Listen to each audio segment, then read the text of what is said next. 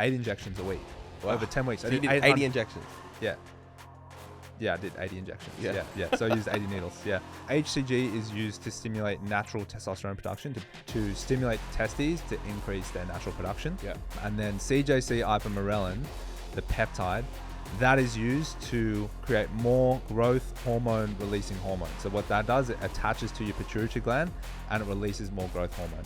So some of the benefits like increased muscle mass, decreased body fat, tighter skin, more collagen cells, like healing injuries, all this sort of stuff. So I rolled my ankle pretty bad. It was a grade 2 sprain, which is, I'd improved a lot in the rehab. I was back walking, but the pain was still quite significant. But what I noticed after 2 weeks was the pain in my ankle completely disappeared. Wow. Which was like, that is crazy. Yeah, which is 2 weeks, but it's not masking the pain. No, it's healed the tissues. Yeah. All right, welcome to this video. Yes, we're going to be talking about a peptide cycle that I did. If you don't know what peptides are, they're illegal in sports because they function very similar to a steroid, but a much more mild version. They're kind of like the designer steroids in the steroid industry. So we're going to get into it today. We thought the best way to do this would actually get Raf, my co-host, to ask me the hard-hitting questions. We've spoken about it a little bit, but because we're always talking about business, we don't get enough time to talk about the personal stuff. That's what we're going to do today. So Raf's got a bunch of questions he wants to ask me in regards to this peptide cycle. Connor's going to be listening in as well, producer. So Raf, first question. So I chose not to do the peptides. Yeah. And soft. The main reasons why not, which I think most people also think about, is A, there's like a health risk to this in some way. And B, like, why would you choose peptides in the first place, right? When you could choose so many different things to kind of go down this whole route. I don't know, like steroids, SARMs, or just protein.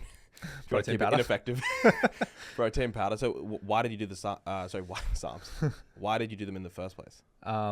Yeah, so like I didn't go out and specifically choose peptides in the first place. So what we actually did with Locker Room is we wanted to offer a hormone replacement therapy service with a certified doctor for our clients. And I wanted to be the first cab off the rank, so the guinea pig. And I contacted the clinic, which we have talked about this briefly before, and we've got a lot of inquiries. So I'm happy to share the name of the clinic privately on Instagram if you want to message me. But essentially, contact the clinic. He said, what results do you want? Go through the same sort of consultation. They call you. They ask you all the medical stuff. Do you have a history of heart disease? And do you have a history of diabetes? Do you have on any other medications? All the standard medical stuff. And then they said, what do you want to get? Like, how are you feeling at the moment? What do you want to improve? And without putting words in my mouth, he basically said, bigger, faster, stronger, essentially. That's what you wanted? That's what he That's recommended? kind of what he said. Oh, it sounds like bigger, faster, stronger. Right. I was like, yeah, sounds about right. I didn't have a specific goal in mind at the time. And then he said, basically, I would say at this point, the majority of people would get prescribed testosterone, but I didn't get prescribed T because he said to me, do you still want to have kids? And I said, yes. And he said, okay, I'm not going to prescribe you T because it affects fertility. Obviously, there are loads of people that take T all the time and still have kids. Yeah. But they're doctors, right? They swear an oath to do no harm. So he's always going to err on the side of caution, which he did, which is fantastic. That's a good sign that you're working with a good doctor, or one of a good sign. So he prescribed the peptides and another hormone, so two separate drugs, and that's how I got onto those peptides. So that was the goal, and that's what he thought would be the most appropriate medicines in the beginning. So do you know which one you took? And I imagine here it's like there's like the devil in the dose, right? Like, can you max out these peptides, or did you go like, I'm just gonna dip my toe in the water and do like 10% of like what I could take? So firstly, I forgot to add, you have to do blood work first by law. So you get your bloods done. They make sure that you're safe and normal ranges. But there was nothing in your blood work that was like, you need peptides. You were doing this like, I don't really need them, but I want to do it. Yeah, exactly. And doctors, like, to the dose question, doctors prescribe what they call a therapeutic dose, which the definition of that is like a dose that aids in your body's natural level. So it tries to bring you up to the max or the highest levels of your natural abilities, of humans' natural abilities. Whereas most people, like, that get it off the black market, they will do what is they call it a super physiological dose. Yeah. And that is a dose that exceeds any human's natural capabilities. Yeah. So like in testosterone, you get a range from like 200 to like 700. Like super physiological would be like 1200, 1500, 1600. And the only way you can get that is if you inject testosterone. So if I was younger and like genetically an outlier, and you were on this, I could still have higher than you potentially. Yeah, exactly. And high T is also, there's definitely some research to say that, people with higher T and, more aggressive or more muscle mass or, less, more improved mood, happier, all the signs of high testosterone, but it's not necessarily the case. So just because you sit in like the average or the mid range, you still might have a lot more muscle mass and show signs of high testosterone than people that have higher ranges than you. It's kind of like HRV in some ways. It's not a perfect science. Like it's not perfect. Yeah. There are loads of guys out there that have max testosterone at the range and have no muscle mass, right? Or they have they're not aggressive or anything like that. So it's still a bit of a mystery, the range. It's more like, where are you at in the range? And then if you increase from your levels, and there's obviously so many things that affect testosterone, your environment, your food, your training, like your sleep. So it is a very variable number. So tracking it regularly will give you a lot more insights. But I can't remember what the question was, but yeah. That's it. So it's a 10-week cycle. Yep. How do you actually take it? They just send you, I assume this was telehealth, right? Like they send it to you in the mail? Yeah, so I got 2 drugs prescribed. So it's made by real pharmacy. All the addresses on there, all the normal scripts, everything. CJC plus ipamorelin. That's a peptide. So it's a 30 amino acid chain peptide. And then I got the other medicine was HCG, human gonadotropin. Maybe Connor can check the name of that, but basically that is used. HCG is used to stimulate natural testosterone production, to boost natural testosterone production. It's commonly used with a cycle of testosterone or post testosterone cycle to stimulate the testes to increase their natural production. Yeah. And then CJC ipamorelin, the peptide, that is used to create more growth hormone releasing hormone. So what that does, it attaches to your pituitary gland and it releases more growth hormone. So some of the benefits like increased muscle mass, decreased body fat, tighter skin, more collagen cells, like healing injuries, all this sort of stuff. I mean, depending on the sites you look at is the kind of information that you'll get. You got anti-aging stuff from like, we use it for nails and skin and hair. And then you've got bodybuilders that say like, we use it to get leaner and to shred and to recover. And then sports people like recover from injuries, train harder. So it has a wide variety of uses because it's stimulating growth hormone and HCG is stimulating testosterone production, essentially. But what is it? Is it a vial? They send you like a vial? Yeah, so it's a liquid. It's a vial. Sometimes peptides come in powders, is from what I understood from my research. Powders? You like just shaking the... Pretty much. Yeah. Add the powder with the water. It's because apparently peptides are quite unstable. And so like when you mix them, they have a very short shelf life. Like once they're mixed, you're supposed to use them straight away and they can only stay at a certain temperature and blah, blah, blah. And so by sending it in a powder, obviously that lowers the risk, especially if they're being shipped all over the world, right? Illegally. But because it's done by a compounding pharmacy, they send it to you liquid. Cool. But if you were black market, it's a chance it's showing up in a powder form. You got to mix it yourself, which from what I read is not that hard to do, to be honest. But are you mixing it and then drinking it, or are you mixing it and then you're injecting it? So right? they also send you a pack of. So I had to do 5 subcutaneous injections a week for the peptide, and that's into the fat. Into the fat, which is not as deep as the muscle. Right? Skin then fat then muscle. Yeah, correct. Yeah, so an intramuscular needle is going to be longer than an inch. Yeah, that's like the COVID vaccine. Yep. Yeah. The needles that most people have had experience with when you're drawing blood. Pretty big needle. Yeah. When you're getting a vaccine, whereas a subcutaneous injection, the needle is probably like, half a centimeter. That's like it's like an insulin needle, right? People that are like diabetic. Yeah. So it's very small. But it's still 5 injections a week and then 3 injections a week from HCG. So HCG is Monday, Wednesday, Friday. So you did 50 injections? No. You did 8 injections a week. Wow. Over 10 weeks. So you did 80 injections? Yeah. Yeah, I did 80 injections. Yeah. A lot of injections. Yeah. So I used 80 needles. Yeah.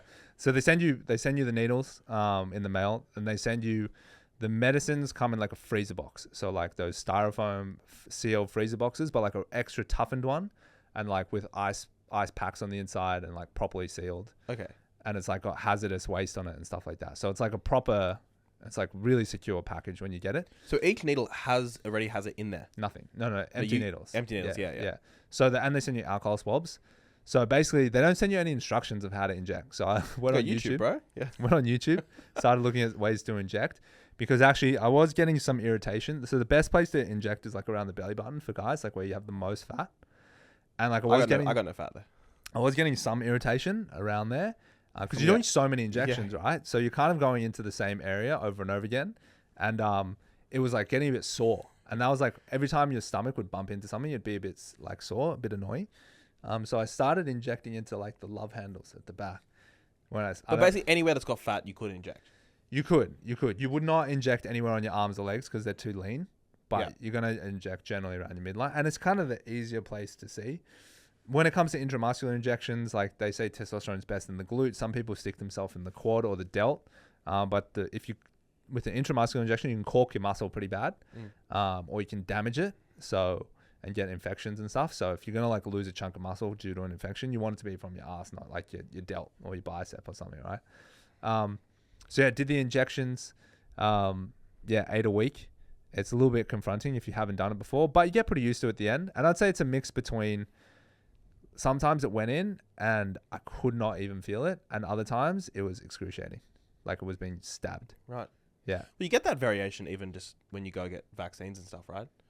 Like sometimes you don't feel it, and sometimes like, you totally messed that up. Yeah. I don't know how, but yeah, that is the experience. Okay. And then, so it's 10 weeks. I assume it's like a recommended time frame from the doctor. Yeah. They send you only enough medicine at that dose for that period of time. So it ends perfectly in the time frame.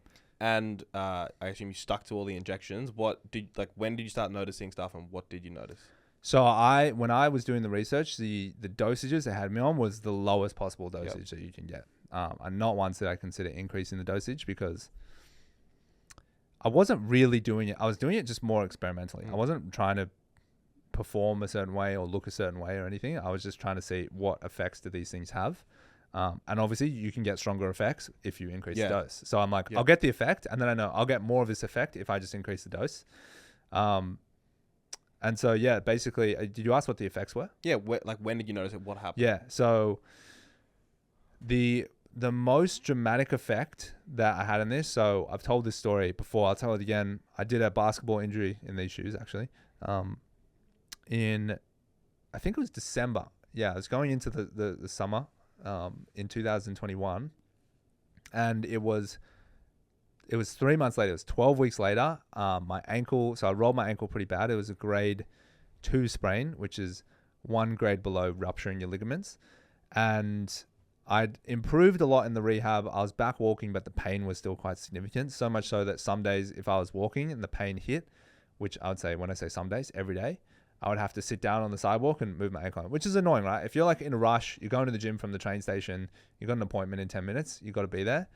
And like you're trying to walk and hustle, and then your ankle just basically gives out, and you're sitting down in like the middle of the city with like cars going by, people in suits, and you're like trying to stretch your ankle out. People coming over to you, they're like, are you okay? Do you need help? A fitness freak as well. Yeah. You got like a locker room on. It looks ridiculous. So I was getting quite frustrating. And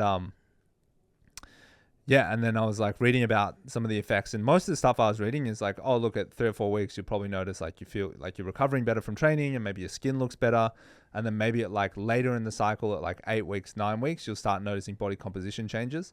So the body composition changes for these particular drugs were very like mild. So you would not take these drugs to like get more jacked or like look leaner unless you were ramping up the dose. But peptides are like the most expensive way to go about doing that. Yeah.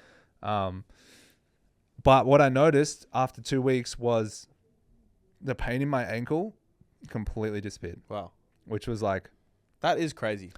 Yeah, which is... 2 weeks. Which is if you've ever taken like a really strong anti-inflammatory drug and you've had chronic pain in a joint, and then you take this drug and it's like, the pain is gone. Like it feels like a miracle. It was the same feeling. But it's not masking the pain. No, it's healed the tissues. Yeah. Since coming off, so if it got to 0 pain, I was like, since coming off, it's gone back to like a 1. Wow. But yeah, the fact that it healed up that quick is like incredible. So I could see the benefits for this for like injury back to playtime if you're an athlete. That's more beneficial than body composition. But it's not allowed. So you can't take it for injuries. body composition, like there's so many ways you can improve body composition through food, through training, through sleep. There's not that many ways to improve injuries that dramatically. You know what I mean? So for me, I was thinking, fuck, if you had access to these drugs and you were like competing in CrossFit or you were like competing in powerlifting or, you know, any sport, and you had a lot of tissue damage on a regular basis, your capacity to train, I did not get sore when I was training. And I would do sets where I'm like, I'm going to get sore here. I haven't squatted in like 2 weeks properly. I'm going to go here and I'm going to go do like 80 for like a set of tempo and do like 5 sets. It's not sore. That's crazy. Like you feel like you're training hard. Like you feel you got a pump in your legs and you're like, oh, your muscles are quivering and stuff. But the next day, no soreness, zero soreness, no DOMs. Because you're trying to train hard and you're like, I'm going to be sore tomorrow. Like I'm going to feel like I trained hard. No DOMs. Wow. It's like instant healing. It's like Wolverine. Yeah, I should have. Okay, and then and that basically stayed the same for the 10 weeks. Yeah. I basically 2 weeks in, I'd say I probably got the peak of the effects. Yeah, maybe like 6, 7, 8 weeks, and then there was probably a slight diminishing of the effects towards the end. Like a little bit of pain came back in the ankle, and then I definitely had a massive increase in energy from the HCG because as it stimulated more testosterone. One of the side effects of one of the effects of testosterone is energy. Yeah. So like as you have more test, you have more energy, and that's one thing I felt as I came off HCG and my natural levels dipped. I definitely felt a dip in my energy for sure. Okay. So like from a productivity standpoint, I'd just be injecting HCG because that shit gives you like all day energy naturally from like your own testosterone. Sick. Yeah. And so would you do it again? Not right away.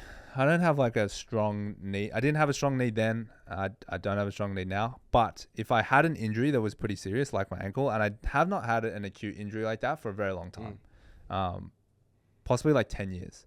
But if I had like a surgery that I needed to heal up from, if I rolled an ankle again or I tore something in my knee, I wouldn't hesitate to be back on the drugs because it drops your rehab time by like, who knows how long my ankle could have been in pain for. So it dramatically decreased my time there. But in terms of like performance metrics, I'm not trying to like, I'm not trying to win any gold medals or compete in anything. So I don't feel any need there. And then in terms of body composition, I don't feel any dramatic from it. Yeah. Needs to go out and add all this muscle and get. But if you avoided DOMs like that, you could train harder and longer more often. But you could. But that in itself would have got body comp. Of course, gains. Yeah, absolutely. Yeah, you can increase your training volume dramatically, but I don't want to train more. Yeah. I'm thinking what could have happened if you kept doing it. If we had access to these drugs and we used them when we were competing in CrossFit, no doubt we would have been better athletes. Well, I was using it anyway. Fuck. Okay, so where can the listeners at home go and get these themselves? They can't. They have to go through me if you want to get access to this clinic. Just because these clinics are they're legal, but they're very heavily regulated in Australia, and then too much, maybe marketing, too much exposure might bring on unnecessary regulation. And the regulators are not always fair. They don't play fair game, right? They might find stuff that's just like needle in a haystack, small error here, and just shut the whole thing down. I won't do this to this guy's business. He's running a great business and helping people. But just the Australian medical industry is very conservative. So go to somewhere like the States, America, it's a lot more liberal. They're a lot more progressive. You can get this more easily, right? Yeah, they're a lot more progressive with how you can access these things. They're on the forefront of modern progressive medicine. Or they just don't give a fuck? I think a bit of both. Isn't that the same thing? So yeah, I think if you're dealing with a serious injury and you don't compete in sport and you're not cheating anyone, or you just want to you feel like your energy's low and you want to increase your vitality, you want to be more productive, I think these are an amazing alternative. I don't see any issue with it. Yeah, I think most people just have a moral issue with it. So anyway, if you're interested, let me know on Instagram. Thanks for tuning in. And if you enjoyed the video, let us know in the comments down below and hit the like and subscribe button. Thanks, guys.